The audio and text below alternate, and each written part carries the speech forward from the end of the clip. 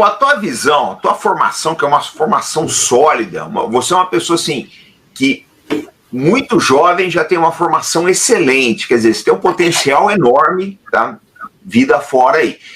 E essa tua formação, essa tua vivência, principalmente a vivência, que é uma coisa importante também, você trabalhar em outro país, estudar lá, como é que você está vendo a desdolarização, Túlio? Você vê futuro nisso? Desdolarização, vamos lá, né? Quer dizer, que grau? Se dá para ter esse nome mesmo, né? Ou se é só uma pequena saída do dólar? Como é que você vê tudo isso? A gente quer a tua opinião. O povo já virou teu fã aqui, já quer saber se você tem canal. Eu vou te falar, se você não tem, faça um que eles vão te encher o saco. Eu não tenho canal ainda, mas... São balas esse canal. Vamos dar um like, pessoal. Tá contigo, valeu aí. Nossa, a questão da desdolarização,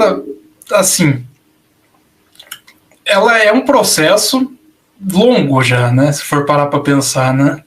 Acho que o primeiro grande elemento contra o dólar foi o euro, né? É meio que paradoxal a gente pensar isso, mas o euro veio como uma moeda, assim, principalmente no começo dos anos 2000, assim, tinha muita discussão, né, se o euro poderia vir a substituir o dólar. Não aconteceu, até por causa que a União Europeia e os Estados Unidos eles andam muito juntos, né? E a Europa também não quis entrar no enfrentamento, né, nessa questão. Mas, assim, olha, acho que é importante a gente... Não sei se a galera aí tem noção do que é, né, a desdolarização, né? Que acho que é importante a gente mencionar, né, que a desdolarização nada mais é do que os países, no geral, do globo, que estão reduzindo a sua dependência vis-à-vis o dólar, né, do dólar americano. E é importante destacar que o dólar americano ele é usado tanto como moeda de reserva, né, que seria basicamente a poupança, né, dos países, né? Você pode usar numa eventual emergência ou até para um investimento, enfim, como meio de troca, né? No caso, é a moeda, né, o dinheiro para transações comerciais internacionais. E também, que aqui eu acho que é um elemento bem interessante, né, que é como unidade de conta, né? Que é basicamente o dólar ele vira também uma métrica, né? O dólar ele é usado para mensurar valor. Parou para pensar, a cotação de tudo quase é em dólar. Vamos lá, a cotação do preço do barril do petróleo, dólar. Cotação de mercado futuro, commodities, normalmente é em dólar. E quando você pensa até em alguma coisa assim, vou criar uma moeda aqui, vamos fazer um pacote de commodities, sei lá, vamos usar aço, ferro, petróleo, gás, enfim, cria um pacote assim e vamos tentar lastrear isso aqui. Daí como que você vai mensurar o valor dessas commodities para criar a base dessa nova moeda, assim, lastreada a uma cesta de commodities? Automaticamente você já pensa no valor nominal do dólar, né? Só que não pode ser isso, porque daí a sua moeda não ia ser nada, entendeu? E, assim, outra coisa que eu acho que é interessante pensar é como que até pensar no domínio do dólar, né? Nesse padrão dólar, né? Que hoje ele é flutuante, né? Ele não tem mais lastro, né? O Bretton Woods de 45 a 71, ele ainda tinha a questão do dólar ele ter paridade com o ouro, né?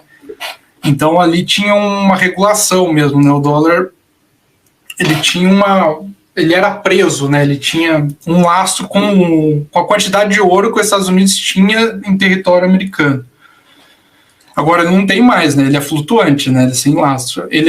O dólar vale por ele mesmo, né? Ele é baseado na confiança, né? Porque é uma economia consideravelmente grande, etc. E daí, de diversas formas, ele é mantido, né? Pensar nessa ideia, então, de que o dólar, ele faz parte o padrão dólar é um elemento chave do Império Americano e também da ordem liberal, que essa é a ordem baseada em leis, etc., que consiste em todas as organizações internacionais, principalmente se a gente pensar o FMI, por exemplo, ele emite empréstimo em dólar, Banco Mundial também, financiamento, tudo em dólar, entre outras, assim. E daí tem a questão da pregação do livre comércio, que não é tão livre assim, enfim. O padrão dólar está inserido dentro dessa ordem mundial que é liderada pelos Estados Unidos. É importante destacar isso. E ele se sustenta por uma espécie de demanda artificial mesmo pela moeda, se for parar para pensar. Por intermédios diversos. Alguns eu já até falei aqui, a questão da emissão de empréstimo pelo FMI, a questão do petrodólar também, que vem vindo, está caindo, né, a questão do petrodólar, que é a Arábia Saudita mesmo, que começou tudo isso, né, do petrodólar, já começou a negociar, né, com a China em ien, né, renminbi. Daí tem também questão de dívida denominada em dólar, dívida externa, que normalmente é denominada em dólar, mercado futuro, todo tipo de mercado futuro normalmente é denominado em dólar. E daí, assim, como que essa dominância do padrão dólar ela pode afetar de alguma forma a gente? Do jeito que está aqui agora, assim, só meio que para explicar mesmo para a galera. Uma questão é, por exemplo, o fluxo indesejado de dólar. Vamos lá. Tanto saindo quanto recebendo. O que acontece? Os Estados Unidos muda a taxa de juros. Resolve abaixar, por exemplo. O que vai acontecer? Vai haver uma fuga de capitais. Esses capitais são totalmente financeiros. Ninguém vai vir aqui para fazer uma indústria, etc.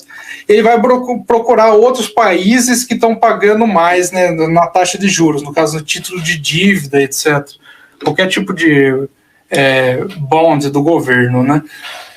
Então, o que pode acontecer? Pode ter um fluxo indesejado. Por exemplo, você está mantendo a sua economia com um câmbio legal, assim, competitivo para a sua indústria nacional.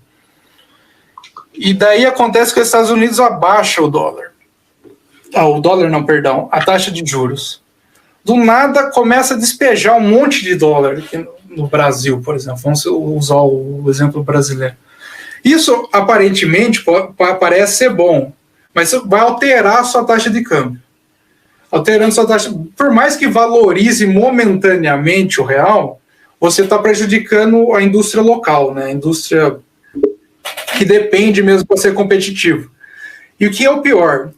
Do nada, os Estados Unidos podem simplesmente aumentar a taxa de juros. Esse capital ele não veio aqui para desenvolver o país, ele veio aqui só para especular. Ele sai imediatamente. Então, você tem uma indústria debilitada por causa do choque do câmbio e não tem investimento nenhum, porque eles só vieram aqui passear, entendeu? Outra coisa também dessa situação atual é o uso do dólar como arma política, né, que a gente está vendo agora, né, que simplesmente a hegemonia do dólar é capaz de bloquear um país, né, do sistema SWIFT, né, que é o sistema de transações internacionais, e também a questão de perpetuar dependência, né, no sul global, né, porque normalmente país que tem dívida externa está denominado em dólar também. Isso pode até, dependendo de uma questão de ter um juros sobre juros, ali a alteração de juros nos Estados Unidos pode afetar mesmo. Então, de certa forma, é nefasto mesmo o domínio do dólar para o sul global. Qualquer país periférico aí está sob forte pressão e risco externo mesmo, né? Por manipulação mesmo do mercado. Que às vezes é até arbitrária. Às vezes o cara está desavisado ali e cai na dele também. Pensa na crise da dívida dos anos 80 no Brasil. Tem muito a ver com isso. Exatamente.